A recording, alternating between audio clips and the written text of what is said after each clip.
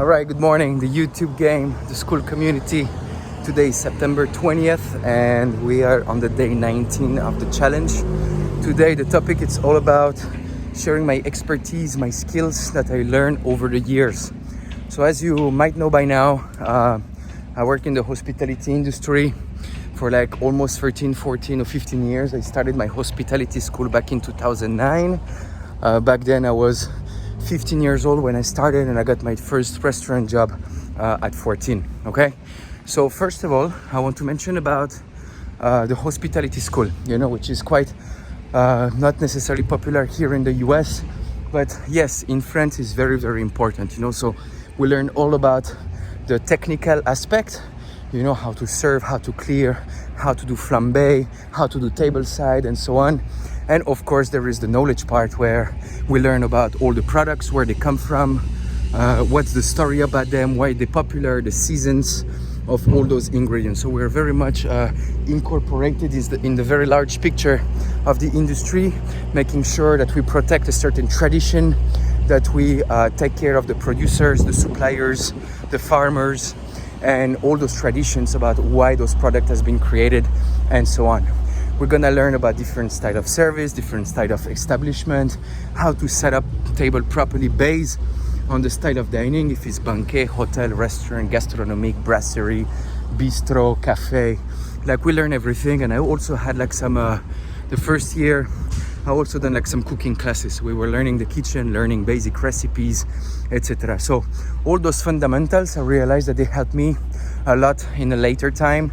At first I didn't really care about products, where are coming from the cheeses, the meats, the fruits, the vegetables. All this didn't necessarily make sense for me, but ultimately over the years it became like a great asset for me because I had a much deeper understanding of those things. Like I also got me the opportunity to learn all those vocabularies in English as well, so I could really become bilingual in this industry, and this is what also helped me to move overseas on a later time. Okay, so I will recap my professional experiences by pieces of a puzzle, right?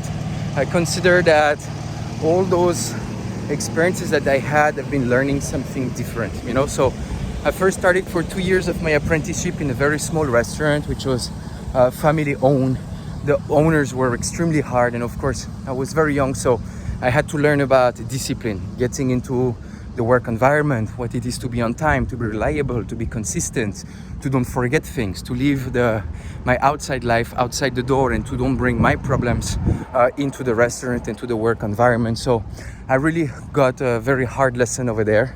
And then my dad pushed me to send my resume in the 10 best 5-star hotel of Paris, right? So my luck dropped. And in fact, I got hired in the oldest and the most emblematic 5-star hotel of Paris, which is named Le Meurice. And on top of that, I got hired at the 3 Michelin star restaurant of Yannick Aleno. Don't ask me why. I will never understand why they chose me, especially that I didn't have any background, but this actually was the stepping ground for everything that came after that.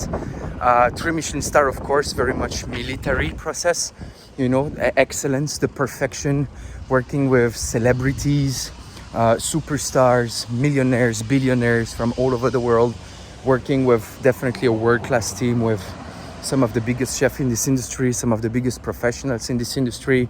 I learned a lot about food, about wine, about manners, table manners, body language, attention of every single detail, like a ballet, So this is where I learned that this is a show, a performance, the very, very, very high level of dining. And so this was also another stepping ground for what was to come. Okay, so I got my diploma. I stayed 2 years there. I got promoted 3 times. I bet my ass off, and then I moved on to London, right? So London, I started my journey for Wolfgang Puck, which was like a big disappointment at first because I was, after 3 Michelin star experience, I had to serve steak and fries in a 5-star setting.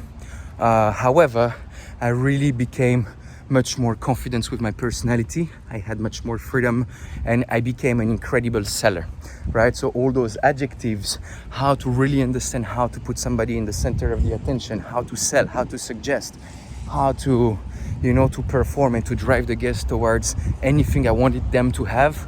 And this really developed and boost my confidence. And from that moment, I knew that I was doing the show on stage.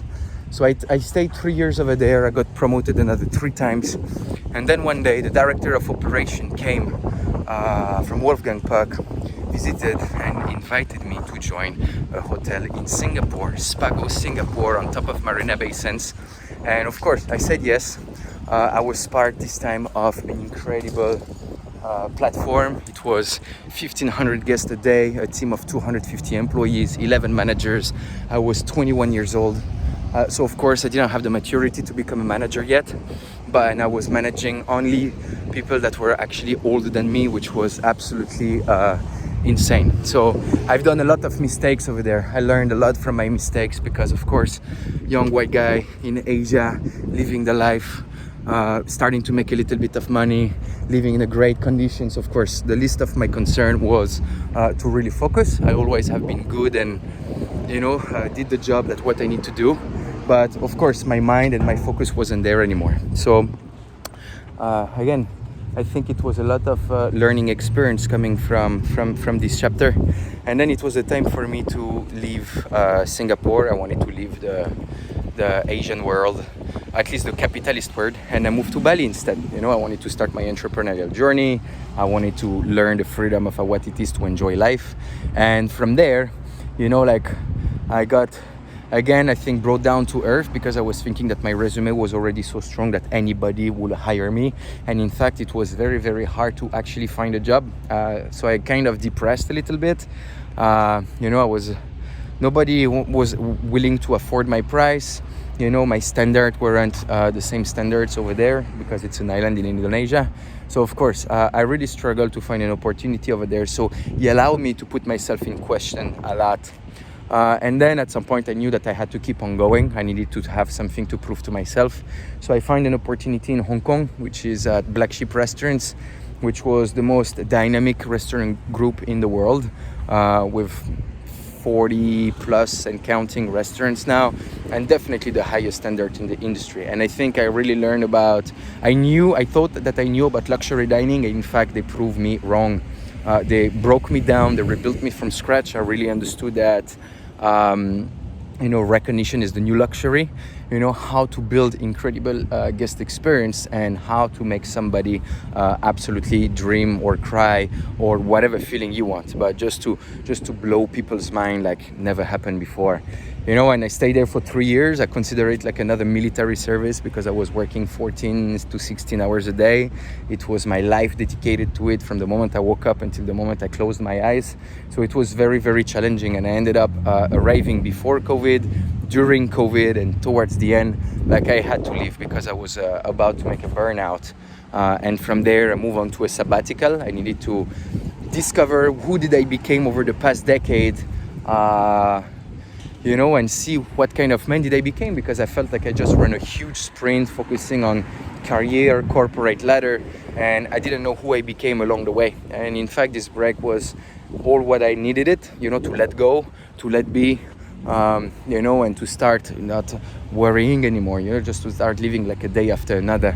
And I think this was another turning point into my career because I became much more in peace with myself, and I started to put myself up front again, and that's where I understand that I had to take care of myself if I wanted to continue to take care of others. And that was one of the best decisions of my life. So to conclude, all those chapters, I think over the years, between the travels, the cultural aspect, the technical skills, being able to work for the finest restaurant around the world, some of the biggest chefs, really having very high standards of procedures, really developed a certain understanding of all aspects. I started from the bottom. When I was at Le Meurice, I was polishing plates and silverware for 5 to 6 hours a day, until now being able to lead teams and have a total freedom and taking care to having 100% sense of ownership into the restaurant world. So now that I've been competing with myself enough for the past decade, I feel like it's my time to give back. I think that they have like a much deeper understanding that most people do. It's not just about making money, but it's really about creating experience, tailoring needs, blowing people's mind, and trying to make them forget their life for the space of a couple of hours, and to build homes, some shelters away from homes, and to really provide a show. It's very artistic. I consider myself like an artist, and this is what I preach, this is what I teach, and I really want to bring that elegance, that savoir-faire, this table manners, this education, this public speaking, this public relations. It's like so many soft skills that we're learning in this industry that we don't hear enough, that we don't talk about enough. And this is a tradition, like the art of sharing, the art of eating. It's worldwide. Every single human have to eat several times a day, and this is like another religion. Eating meals together, sharing tables, indulging ourselves, feeling the flavors, feeling the emotions while eating and drinking. It's something really that I want to spread on, rather than just being a paycheck, a pay job, and just passing on your life this way. So these are my expertise, these are my skills, these are the knowledge that I englobed over the past decade. If you would like to know more, of course, about any of those experiences, I'm always available to share to you guys. Just ask, just send me a comment, just send me a DM, and I will be more than happy to help in anything I can. I'm happy to give some courses, some masterclass. Tell me, guys, what you want, what you need, and I will be able to tailor it for you. So anyway, I gotta get going. The day is starting. Today is Friday, guys. I'm on fire this evening. We're gonna kill another day. We're gonna make a lot of happy faces. I want to see some smiles on people's faces. I want to spread positivity, joy, happiness, make some belly full. And that is pretty much it, guys. I see you on the next one. I love you all. Be good or be good at it. You know it. Another day, another dollar. And I see you on the next one. Take care.